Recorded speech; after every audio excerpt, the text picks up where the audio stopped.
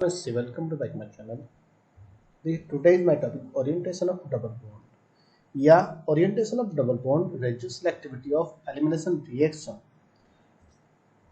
Last video में हम MSc second semester में लास्ट वीडियो में हम E1 E2 और E1 CB एलिमिनेशन रिएक्शन की स्टडी कर चुके हैं। हमारा लेक्चर नंबर सेकेंड है जिसमें हम ओरिएंटेशन ऑफ डबल बॉन्ड के बारे में पढ़ेंगे। अब देखिए ओरिएंटेशन ऑफ डबल बॉन्ड क्या होता है, ये फर्स्ट यूनिट्स का सेकेंड टॉपिक है।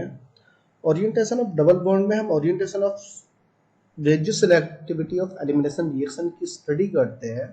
जो रेडियो सेलेक्टिविटी होती है, radio selectivity of elimination reaction की स्टडी करती है।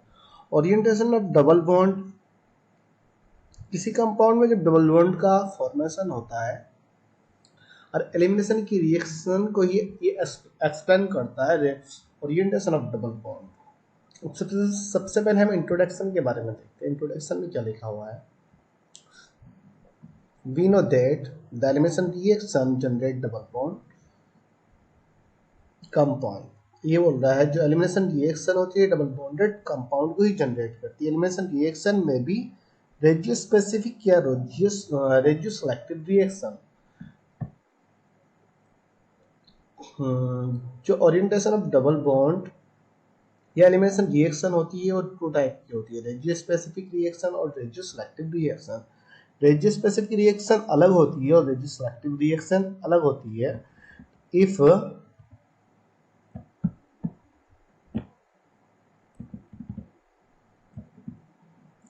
elimination reaction that reduce specific reaction then always form an alkene। यदि रिएक्शन रेडियो स्पेसिफिक हो तो हमेशा एल्कीन को फॉर्म करती है। If elimination reaction is that radio selective then several isomer but one isomer product is major and another product is minor। यदि elimination reaction radio selective हो अगर रेडियो स्पेसिफिक होगी तो ऑलवेज एल्कीन को form करती है। अगर रेडियो सेलेक्टिव होगी तो एक मेजर प्रोडक्ट फॉर्म करती है और एक माइनर प्रोडक्ट फॉर्म करती है। We have to rule for determination radio selective elimination reaction. अभी बोल रहा है हमारे पास दो रूल होते हैं जो रेडियो सेलेक्टिव एलिमिनेशन रिएक्शन को डिटरमाइन कर सकते हैं, रेडियो सेलेक्टिव एलिमिनेशन को एक्सप्लेन कर सकते हैं।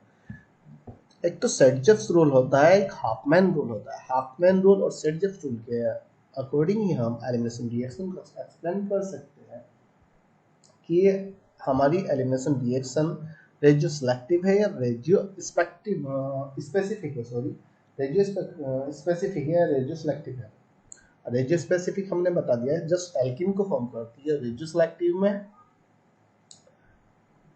सेलेक्टिव में वो मेजर तथा माइनर प्रोडक्ट को फॉर्म करती है। वो कैसे करते हो एग्जांपल के थ्रू मैं भी आपको बता दूंगा।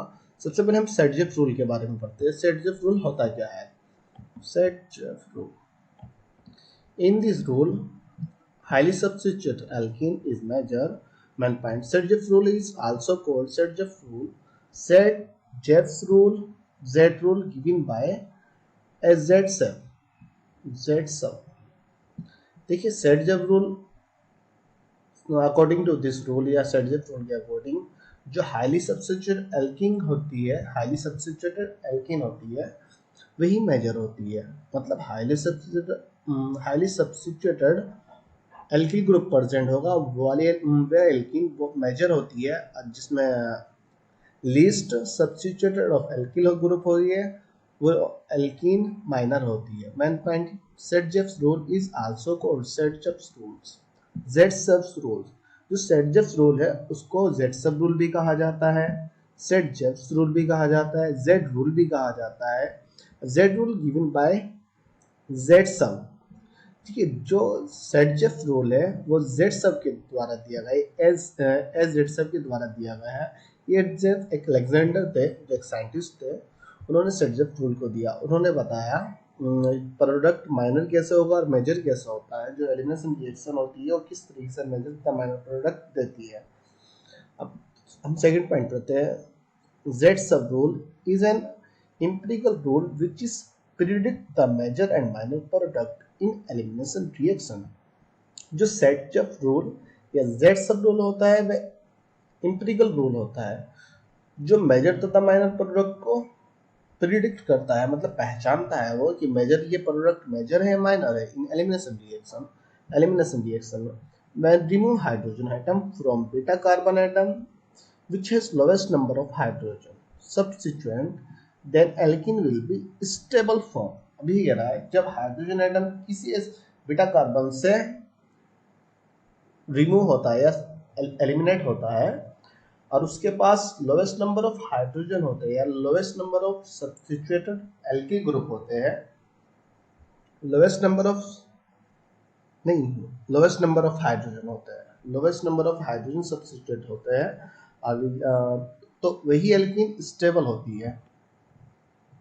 और एग्जांपल में उसने यहाँ पर हम रिएक्शन देते हैं, थोड़ा एग्जांपल तो समझ लेते हैं। यहाँ पे उसने प्रोपेन दिया, टू ब्रोमो प्रोपेन कह सकते हैं आप, टू हैलाइड प्रोपेन, जहाँ एक कार्बन से दो मेथिल एल्किल ग्रुप ज्वाइन है और एक हाइड्रोजन, इस पे एक हैलोजन प्रेजेंट है। ये एक अल्फा ग्रुप है, अल्फा कार्बन है, इसके साइड वाला बीटा और इसके साइड वाला भी बीटा कार्बन प्रेजेंट है। जब अब ये रिएक्शन दो तरीके से पॉसिबल हो सकती है, जब हैलोजन अल्फा कार्बन से हटाया जाए और हाइड्रोजन इस वाले बीटा कार्बन से हटाया जाए, तो डबल बॉन्ड यहाँ पर बनेगा। और यस, ये रिएक्शन तब पॉसिबल होगी अल्फा कार्बन से हाइड्रोजन हटाया जाए, इस कार्बन से भी हाइड्रोजन हटाया जाए, तो बॉन्ड यहाँ पर बनेगा। वो आगे रिएक्शन में दिखाया गया। एक डबल बॉन्ड तो इन दोनों कार्बन के बीच बना, लेकिन वो एल्किल ग्रुप दिखा रहा है वहाँ पर हाइड्रोजन ग्रुप नहीं है। यहाँ पे CH, यहाँ जब ये डबल बॉन्ड बना तो ये प्रोपीन था हमारे पास। हाँ ठीक है, ओके। यहाँ पीछे की साइड में बॉन्ड बना इस अल्फा कार्बन और इस बीटा के बीच में। अब दूसरी रिएक्शन में इस अल्फा कार्बन बीटा के बीच में बॉन्ड बना।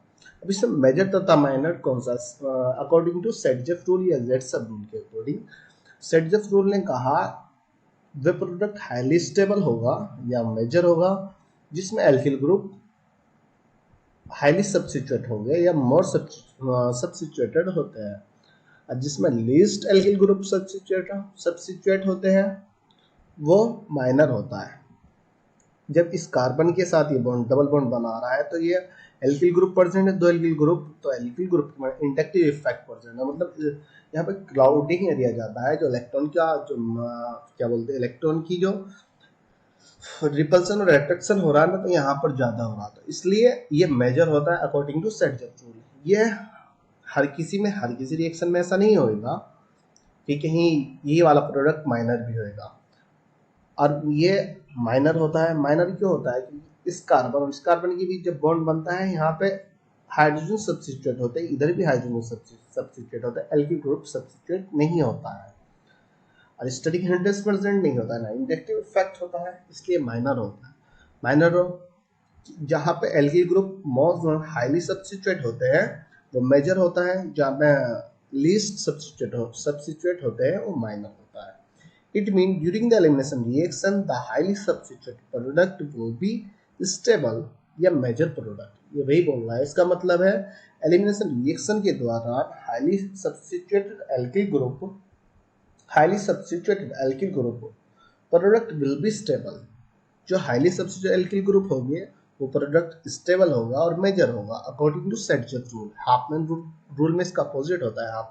हाफमैन रूल को भी मैं भी आगे बताऊंगा, हाफमैन रूल भी इसके आगे आएगा।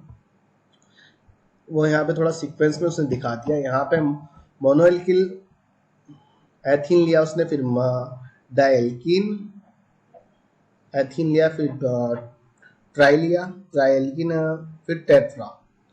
टेट्रा में उसने कहा जहाँ पे सिर्फ एक एल्किल ग्रुप प्रेजेंट है तो वो लिस्ट स्टेबल होगा कंपैरिजन टू जहाँ पे डाइएल्किल ग्रुप है।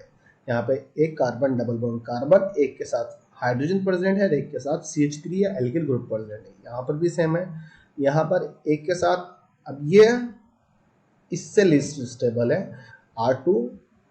यहाँ पे जब कार्बन डबल बॉन्ड बनाया इधर, इस कार्बन से दोनों CH3 ग्रुप प्रेजेंट है। ये थोड़ा इस तरीके से समझ लीजिए, एक मिनट रुकिए। ये R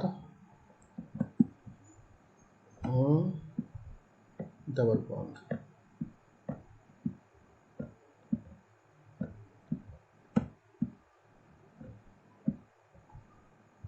ये ठीक है।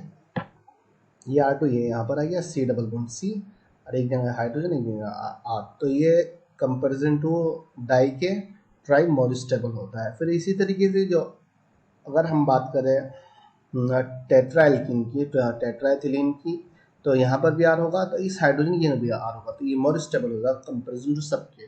तो इसलिए जो जिसमें हाईली एल्किल ग्रुप सब्स्टिट्यूट होते हैं, तो ये बोल रहा है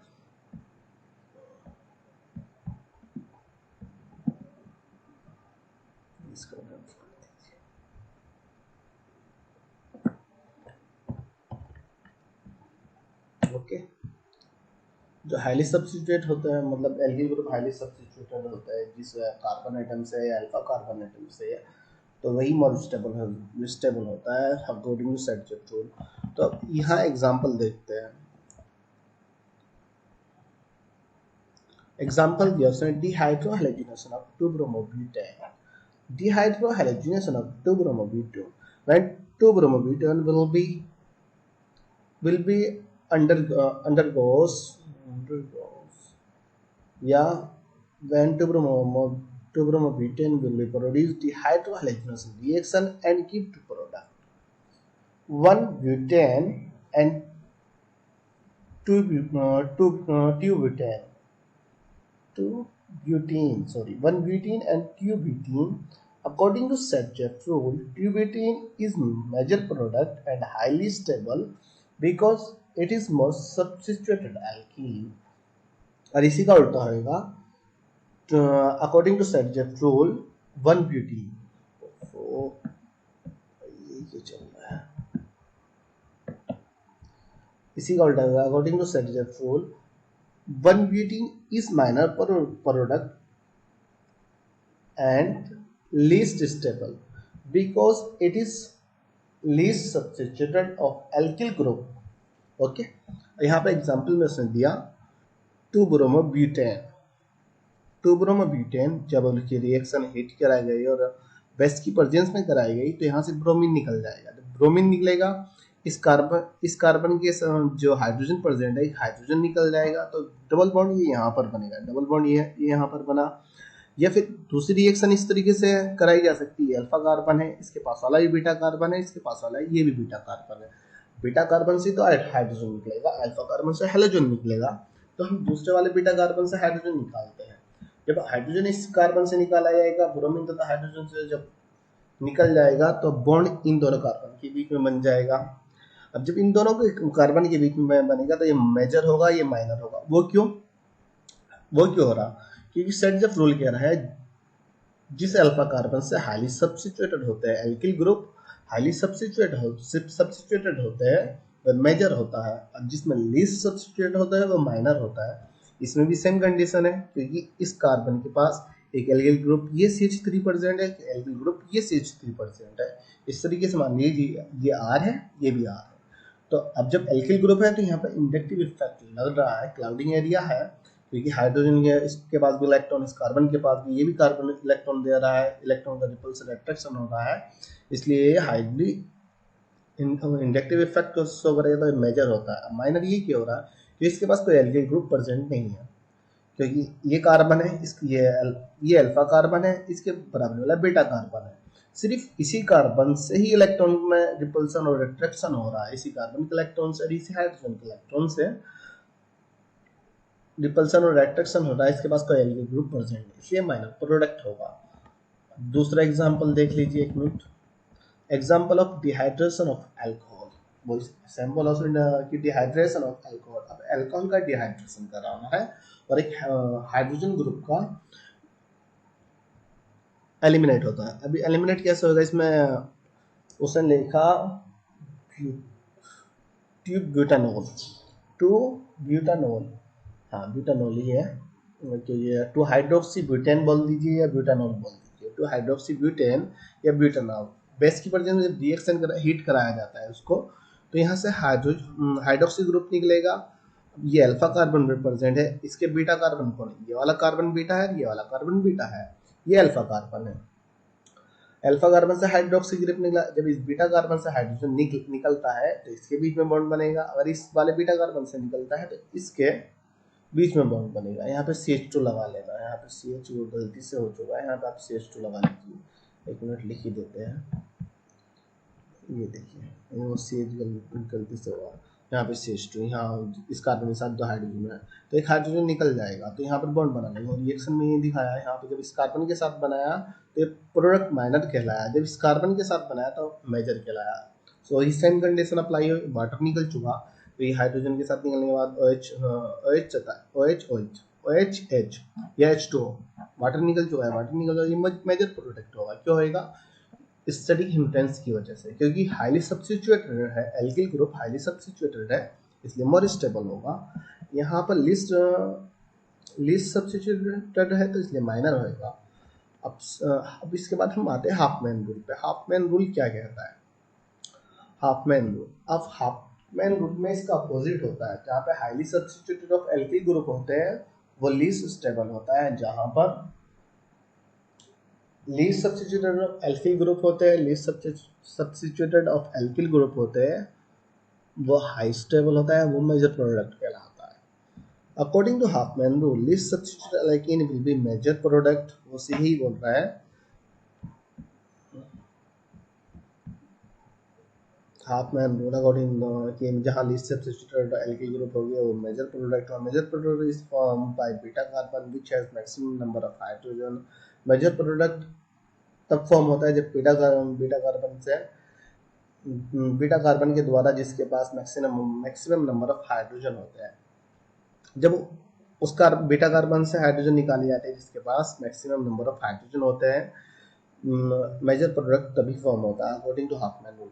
दिस टाइप ऑफ और क्या बोलते हैं, सेट-जेफ रूल में ऐसा नहीं होता। सेट-जेफ रूल में जब least number of hydrogen atom से हाइड्रोजन एटम निकाला जाता है तो वो मेजर होता है। इसमें जो हाई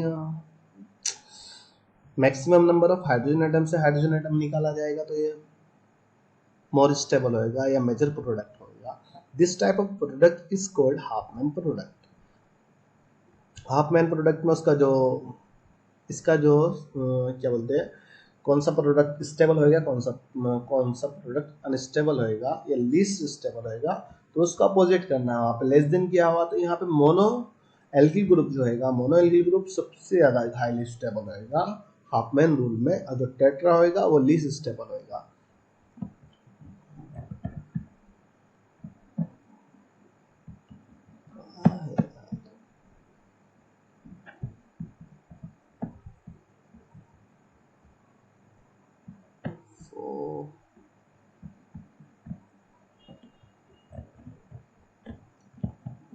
एग्जाम्पल पर आ जाएंगे। एग्जाम्पल उसने दिया, एक एग्जाम्पल दिया ट्राइमेथिल 2-ब्रोमो-ब्यूटेन या 2-ब्रोमो-4-ट्राइमेथिल ब्यूटेन। इस कार्बन से 3 एल्किल ग्रुप ज्वाइन है, CH3R CH3 CH3 हो गया। ये 3 एल्किल ग्रुप इस कार्बन से सब्स्टिट्यूटेड है। इसका ये अल्फा कार्बन है। अल्फा कार्बन, जब ये अल्फा कार्बन है और इसके अल्फा कार्बन का ये बीटा कार्बन है और ये बीटा कार्बन है, अल्फा कार्बन से जब हाइड्रोजन निकलेगा तो बीटा कार्बन से हाइड्रोजन निकलेगा, इस वाले बीटा कार्बन से हाइड्रोजन निकलेगा। जब इस वाले बीटा कार्बन से हाइड्रोजन निकलेगा तो यहाँ कार्बन डबल बॉन्ड बनाएगा, और इस वाले बीटा कार्बन से हाइड्रोजन बॉन्ड निकलता है तो यहाँ डबल बॉन्ड बनाएगा। अब बेस के प्रेजेंस में इसकी रिएक्शन कराई जाती है। अब कौन सा प्रोडक्ट मेजर हुआ, कौन सा प्रोडक्ट माइनर होगा हाफमैन रूल के अकॉर्डिंग। अगर हम जिसके पास high number of hydrogen atom substituted है वहां से हम हाइड्रोजन एटम निकालते हैं तो ये मेजर होएगा। अगर least number of hydrogen atom से निकालेंगे तो वो माइनर होएगा। अब हाफमैन रूल में अपोजिट हो जाता है। ये आप कह सकते हैं जहाँ पे एल्किल ग्रुप हाईली सब्स्टिट्यूटेड होगा हाफमैन रूल के अकॉर्डिंग लीस्ट स्टेबल होगा, और जहाँ पे लीस्ट सब्स्टिट्यूटेड होगा एल्किल ग्रुप वो हाई स्टेबल होगा। जब इसकी रिएक्शन कराई, जब हीट कराया जाए तो डबल बॉन्ड इस वाले अल्फा कार्बन इस बीटा कार्बन के बीच में बना, ये बना CH डबल बॉन्ड CH2। तो ये मेजर प्रोडक्ट हुआ। मेजर क्यों हुआ? वही हुआ क्योंकि अकॉर्डिंग टू हाफमैन रूल जहां number of hydrogen atom highly substituted होते हैं वहां से हाइड्रोजन एटम निकलता है तो वो मेजर होता है। यहाँ पे इंडक्टिव इफेक्ट नहीं लगता है, यहाँ पे इंडक्टिव इफेक्ट कम लगता है क्योंकि यहाँ पे सिर्फ एक हाइड्रोजन परसेंट है। इस बीटा के पास कोई एल्किल ग्रुप ही नहीं है, एल्किल ग्रुप तो इसमें यहाँ पर है ना। अब जब सेकंड मेथड में इस वाले बीटा कार्बन से हाइड्रोजन निकलता है तो डबल बॉन्ड यहाँ पर लगता है, और जब डबल बॉन्ड यहाँ इस अल्फा और इस बीटा कार्बन के बीच लगता है तो ये माइनर होता है। क्यों होता है? क्योंकि यहाँ पर एक एल्किल ग्रुप प्रेजेंट है और उसके पास भी एल्किल ग्रुप प्रेजेंट है सी आर, क्योंकि जब नहीं इसका अल्फा का ये बीटा हुआ ना, बीटा कार्बन से एक एल्किल ग्रुप प्रेजेंट है, इसके साथ भी आर एल्किल ग्रुप है तो यहाँ पे इंडक्टिव इफेक्ट लग रहा है। क्लाउडिंग एरिया होने की वजह से ये माइनर हो रहा है, हाफमैन अपोजिट हो रहा है। ओके, अब इसकी कुछ कंडीशन होती है। अब आपके दिमाग में ये होगी हम हाफमैन रूल कब अप्लाई करेंगे और सेडजेफ रूल को कब अप्लाई करेंगे एलिमिनेशन रिएक्शन में, या एलिमिनेशन रिएक्शन में कैसे होगा कि हम पहचानेंगे। ठीक है, तो उसकी कुछ कंडीशन दी गई है जहाँ हम सेडजेफ रूल को अप्लाई करते हैं और जहाँ हम हाफमैन रूल को अप्लाई करते हैं। Condition for Hopman and सेडजेफ rule: when elimination reaction will be even elimination या first order of kinetic reaction then mostly use Sergev rule। ये बोल रहा है जब एलिमिनेशन रिएक्शन इवन एलिमिनेशन होगी, मतलब इवन रिएक्शन होगी तो हम सेडजेफ रूल का यूज करते हैं। जहाँ सेडजेफ रूल पीछे हमने पढ़ा चुके होंगे, इवन सेडजेफ रूल का यूज करती है। when elimination reaction will be E2 elimination reaction, जब elimination reaction E2 elimination reaction होगी then we can use Sergev rule and sometimes Hauptmann rule। और जब elimination reaction E2 reaction होगी तो उसमें हम Sergev rule का यूज कर सकते हैं, Hauptmann rule का यूज करते हैं। इवन का तो समझते हो ना, फर्स्ट ऑर्डर ऑफ रिएक्शन और Sergev second order of reaction. E one reaction दो स्टेप में कंप्लीट होती है, E2 रिएक्शन सिंगल स्टेप में कंप्लीट हो जाती है। अब बोल रहा है, अब तीसरा पॉइंट देता है when elimination reaction will be E one C type reaction then mostly use Hofmann rule. जब बोल रहा है कि यदि elimination reaction E one C B elimination reaction हुई तो ये मोस्टली टाइम हाफमैन रूल का यूज करता है, ना सेडजेफ रूल का यूज नहीं करता है। Case of Hopman reaction, Hopman elimination reaction, उसका एग्जांपल दिया उसने। हाफमैन एलिमिनेशन रिएक्शन कब अप्लाई करते हैं, या जब लिविंग ग्रुप पूर होता है, मतलब बहुत ज़्यादा वीक होता है, तब हाफमैन एलिमिनेशन रिएक्शन का यूज किया जाता है। Dehydrohalogenation of alkyl halide when leaving group is very poor. ये बोल रहा है जब डिहाइड्रोहैलोजिनेशन ऑफ एल्किल ग्रुप, जब एल्किल हैलाइड में जो लिविंग ग्रुप होता है बहुत पूरा होता है तो हाफमैन रिएक्शन ही अप्लाई की जाती है। यहाँ उसने एग्जांपल दिया 2-फ्लोरोपेंटेन। 2-फ्लोरोपेंटेन में फ्लोरीन जो होता है सबसे पूर्ण लिविंग ग्रुप होता है, मतलब सबसे बेकार लिविंग ग्रुप होता है, इलेक्ट्रोनेगेटिविटी मैक्सिमम होती है। अब ये अल्फा कार्बन है जहाँ पे हैलोजन ग्रुप प्रेजेंट है, इसके पास में ये बीटा कार्बन है और इसके साइड में ये बीटा कार्बन है। अब कंडीशन दो ही है, या तो हाइड्रोजन इस वाले बीटा कार्बन से निकलेगा या इस बीटा कार्बन से निकलेगा। अगर इस बीटा कार्बन से निकला तो डबल बॉन्ड यहाँ बनाएगा, और इस बीटा कार्बन से निकला डबल बॉन्ड यहाँ बनाएगा। और यहाँ पे हाफमैन रूल यूज करना है। हाफमैन में हमें याद आना चाहिए, यदि हाइड्रोजन एटम उस कार्बन बीटा कार्बन से निकलता है जहाँ पे हाइड्रोजन एटम के नंबर मैक्सिमम होते हैं तो मेजर होता है। अगर ऐसे कार्बन से निकलता है जहाँ पे लिस्ट हाइड्रोजन नंबर होते हैं तो वो माइनर होता है। एक कंडीशन ये है, या दूसरी कंडीशन ये है जहाँ पे एल्किल ग्रुप हाईली सब्स्टिट्यूटेड हो गए, मतलब मैक्सिमम हो गए, तो वो लीस्ट स्टेबल होगा। जहाँ पे एल्किल ग्रुप कम सब्स्टिट्यूटेड होता है, मतलब एल्किल ग्रुप प्रेजेंट नहीं होते या कम होते हैं, वो मेजर होता है। तो यहाँ अगर डबल बॉन्ड यहाँ बनता है तो ये मेजर हुआ। क्यों हुआ? क्योंकि यहाँ पे कोई एल्किल ग्रुप प्रेजेंट नहीं है, बीटा कार्बन में कोई एल्किल ग्रुप है नहीं है, इस कार्बन के पास भी नहीं है, तो हिंड्रेंस जो हो रहा है ना इन दोनों के बीच में हो रहा है, जस्ट इन दोनों की। यहाँ पर भी CH कार्बन ग्रुप है, इसलिए मेजर प्रोडक्ट हुआ। अगर पर डबल बॉन्ड बनता है इस अल्फा और इस कार्बन के बीच में, तो ये माइनर हुआ। माइनर क्यों हुआ? क्योंकि इस कार्बन के साथ एक एल्किल ग्रुप प्रेजेंट है CH3, उसके साथ नहीं है CH2, वो लास्ट में है, लेकिन इस बीटा कार्बन इस अल्फा कार्बन के बराबरी में एक एल्किल ग्रुप प्रेजेंट है, इसलिए माइनर माइनर हुआ। एल्किल ग्रुप प्रेजेंट नहीं होना चाहिए हाफमैन में। अगर जिसमें ज़्यादा होएगा वही माइनर होएगा, जिसमें कम होएगा वो मेजर होएगा। सेकंड एग्जांपल में देखते हैं। सेकंड एग्जांपल में वही कुछ कंडीशन बता रहा है। When the size of base is bulky like tertiary carbon oxide, tertiary butane, then primary and secondary alkyl halide give Hauptmann reaction। वो बोल रहा है सेकंड एग्जांपल में, यदि बेस जो है ना बल्की बेस हो, when size of base is bulky, जो साइज ऑफ बेस उसका बल्की ग्रुप हो। बल्की ग्रुप समझिए तो बहुत स्ट्रॉन्ग बेस होता है। टर्सरी अल्कोहल जो होता है, टर्सरी कार्बोकेटायन या टर्सरी ब्यूटेन होता है, तो बहुत हाईली स्टेबल होता है। हाईली स्टेबल होता है तो बल्की ग्रुप होता है, उसमें स्टेरिक हिंड्रेंस भी ज़्यादा उसका होता है। Steric hindrance inductive effect maximum होता है बल्की ग्रुप में। अगर बल्की ग्रुप ये यहाँ पर ये बेस के रूप में कार्य कर रहा है। अब टू ग्रुप में ब्यूटेन की जब रिएक्शन कराई जा रही है, हीट कराया जा रहा है बल्की ग्रुप की प्रेजेंस में, तो ये अल्फा कार्बन इसके साथ बीटा कार्बन, ये बीटा कार्बन ही है, वही सेम कंडीशन। या तो हाइड्रोजन यहाँ से निकलेगा या यहाँ से निकलेगा, तो सेम होगा। ये वाला मेजर होएगा अगर कार्बन इस वाले इस बीटा कार्बन के बीच में बॉन्ड बनता है। अगर इस बीटा कार्बन के बीच, तो ये माइनर होएगा, वो सेम कंडीशन। तो ये हमारा टॉपिक यहाँ कंप्लीट हुआ। अब हम नेक्स्ट टॉपिक पढ़ेंगे नेक्स्ट लेक्चर में। Okay, thank you.